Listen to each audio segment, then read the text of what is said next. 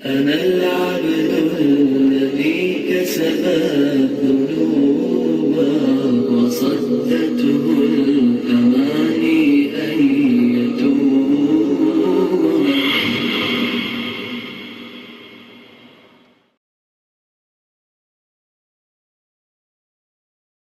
سلسلہ محرکات سیمینار کے ضمن میں تاثرات پیش کیے جانے سے قبل اس تاریخ ساز موقع پر اکابرین امت کے باسعادت ہاتھوں سے حجت الاسلام اکیڈمی شعبہ بحث و تحقیق دارالعلوم وقف دیوبند کی جانب سے چند اہم علمی کاوشوں کا اجرا یقیناً باعث برکت و سعادت ہوگا، جس کا اجمالی تعارف اس طرح سے ہے۔ اس موقع پر حجت الاسلام اکیڈمی کی جانب سے 4 کتابوں کی رسم اجرا عمل میں آ رہی ہے۔ اسی کے ساتھ ساتھ ندائے دارالعلوم کے 2 شمارے، جو ایک خطیب الاسلام نمبر اور ایک مفکر ملت نمبر کی رونمائی بھی انشاءاللہ اسی کے ساتھ عمل میں آئے گی۔ سب سے پہلے سیرت و سوانح خطیب الاسلام، سیرت و شخصیت خطیب الاسلام حضرت مولانا محمد سالم قاسمی صاحب نور اللہ مرقدہ، جس کو حضرت مولانا محمد زکریا صدیقی نانوتوی دامت برکاتہم موقر رکن مجلس مشاورت دارالعلوم وقف دیوبند کے لائق صاحبزادے برادر مکرم جناب مولانا محمد اسامہ صاحب صدیقی نانوتوی نے نہایت ارقریز اور شبانہ روز محنت و لگن کے ساتھ مرتب کیا، کیونکہ اس کا آغاز حضرت رحمۃ اللہ علیہ کی حیات میں ہی ہو گیا تھا۔ اس لیے اس کی ایک اہم خصوصیت یہ بھی ہے کہ ماضی سے تعلق رکھنے والے اس میں درج شدہ احوال و کوائف اور تاریخی واقعات کو حضرت رحمۃ اللہ علیہ کی تصدیقی سند حاصل ہے۔ دوسرے اس کا خوش آئند پہلو یہ بھی ہے کہ اس سوانح کا عربی زبان میں ترجمے کا بھی آغاز بحمد اللہ ہو چکا ہے، جس کو مولانا کے دوسرے صاحبزادے برادر محترم جناب مولانا اویس صدیقی صاحب کر رہے ہیں، جو کہ جلد ہی انشاءاللہ منظر عام پر آئے گی۔ دوسری کتاب دارالعلوم دیوبند کے قیام اور اس کے دور کے انتہائی تاریخی کا احوال و کوائف میں بانی دارالعلوم دیوبند حجت الاسلام الامام محمد قاسم نانوتوی قدس اللہ سرہ کے دور رس نتائج کے حامل افکار و جہود کے تعلق سے موجودہ اور قدیم دور کے اسلاف و اکابر کے تاریخ ساز مضامین اور حقیقت پسندانہ تجزیات پر مشتمل انتہائی قیمتی دستاویز کو مرتب جناب محمد نعمان ارشدی صاحب کی خواہش و ایما پر حجت الاسلام اکیڈمی نے نگارشات اکابر بتذکرہ جواہر معارف کے عنوان سے شائع کیا ہے۔ اسی طرح تیسری کتاب منہاج علم و فکر نانوتوی اور جدید چیلنجز، مسائل کلامیہ کے باب میں مصنفات امام نانوتوی سے استفادے کا منہج، اس عنوان سے محترم جناب مولانا فخر الاسلام صاحب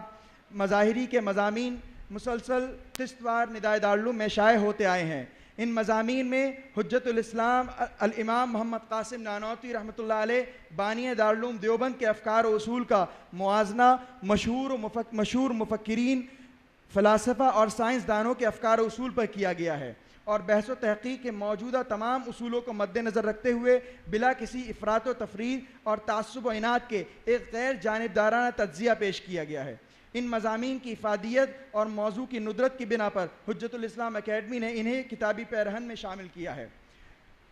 چوتھی کتاب حکیم الاسلام حضرت مولانا محمد طیب صاحب نور اللہ مرقدہ سابق محتمم دارالعلوم دیوبند، جن کے 60 سالہ طویل ترین دورانیہ خدمت میں دارالعلوم دیوبند اور اس کی ہمہ جہت عالمگیر تحریک نہ صرف عالمی سطح پر متعارف ہی ہوئی بلکہ ادارہ مقام عظمت و شہرت کے بام عروج پر پہنچا۔ ان کے حوال و کوائف، واقعات و تجربات، مشاہدات و تحریکات ہمہ جہت و ہمہ نوع جہود کے تسلسل کو ان کی سیرت و سوانح کے ذیل میں حیات طیب کے عنوان سے 2 جلدوں میں مرتب کر کے شائع کیا جا چکا ہے۔ کتاب کی مقبولیت اور ملکی و بین الاقوامی مختلف علمی و اجتماعی دوائر کے تقاضوں کی بنیاد پر حیات طیب کا English edition the life and times of Hakim ul Islam حضرت مولانا قاری محمد طیب صاحب کے عنوان سے اس کو بھی شائع کیا گیا ہے۔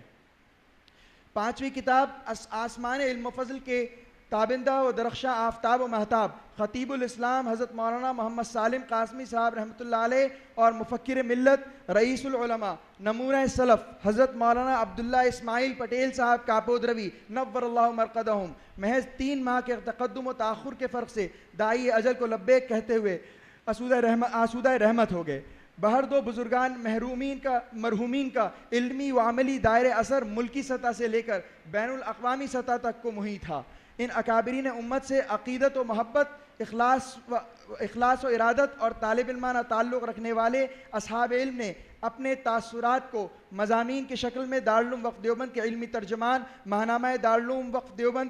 کی طلب پر ارسال فرمایا، جس کو ندائے دارالعلوم نے اپنی ضخیم خصوصی اشاعت خطیب الاسلام نمبر اور مفکر ملت نمبر میں شائع کیا ہے۔ اب میں اسٹیج پر موجود اصحاب علم فضل اکابرین امت سے بسط ادب و احترام درخواست گزار ہوں کہ وہ اپنے مبارک ہاتھوں سے متذکرہ کتابوں کا اجرا فرمائیں۔ فجزاکم اللہ احسن الجزاء۔